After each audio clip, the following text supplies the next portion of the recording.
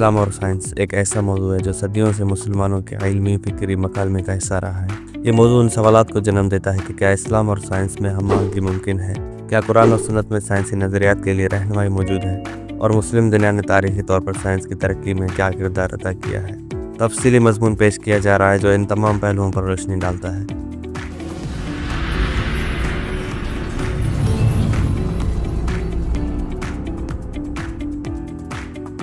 اسلام دنیا کا ایک مکمل ضابطۂ حیات ہے جو نہ صرف انسان کی روحانی بلکہ اس کی مادی زندگی کے ہر پہلو کو بھی محیط ہے۔ قرآن و سنت نے انسان کو کائنات کی تخلیق اور فطرت کے اصولوں کو سمجھنے کی دعوت دی ہے۔ یہی دعوت اسلامی تہذیب میں سائنسی تحقیق کا محک بنی ہے جس نے مختلف شعبوں میں نمایاں کامیابی حاصل کی ہے۔ اسلام میں علم حاصل کرنے کی بہت زیادہ تاکید کی گئی ہے۔ قرآن مجید کی پہلی وحی میں علم کی اہمیت کو اجاگر کیا ہے۔ پڑھ اپنے رب کے نام سے جس نے پیدا کیا ہے۔ رسول اللہ صلی اللہ علیہ وسلم نے فرمایا علم حاصل کرنا ہر مسلمان پر فرض ہے۔ علم حاصل کرو کنگے سے قبر تک۔ یہی وجہ ہے کہ اسلام نے نہ صرف دینی بلکہ دنیاوی علوم کو بھی اہمیت دی ہے اور مسلمانوں کو کائنات کے رازوں کو سمجھنے کی ترغیب دی ہے۔ قرآن مجید میں ایسی بہت سی آیات موجود ہیں جو سائنسی حقائق کی طرف اشارہ کرتی ہیں۔ ان آیات کو سمجھنے کے لیے قرآن کے ساتھ جدیدی سائنسی تحقیقات کو دیکھنا ضروری ہے۔ مثال کے طور پر کیا وہ لوگ جنہوں نے کفر کیا یہ نہیں دیکھتے کہ آسمان اور زمین بند تھے پھر ہم نے ان کو کھول دیا؟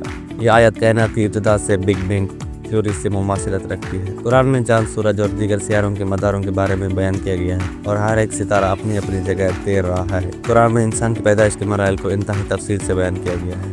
ہم نے انسان کو مٹی کے خلاصے سے پیدا کیا پھر ان سے نطفہ بنا کر ایک محفوظ جگہ پر رکھا۔ یہ آیات سائنسی تحقیق کے لیے بنیاد فراہم کرتی ہیں اور اس بات کا ثبوت ہے کہ اسلام علم کے خلاف نہیں بلکہ اس کی حوصلہ افزائی کرتا ہے۔ تاریخ گواہ ہے کہ اسلامی تہذیب نے سائنس کے مختلف شعبوں میں نمایاں ترقی کی۔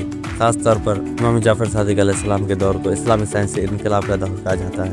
اس دور میں بغداد، دمشق اور قرطبہ جیسے شہروں میں علمی مراکز قائم کیے گئے۔ اس تاریخ میں بہت بڑے ایسے مسلمان سائنسدان ہیں جنہوں نے بہت بڑے کارنامے انجام دیے۔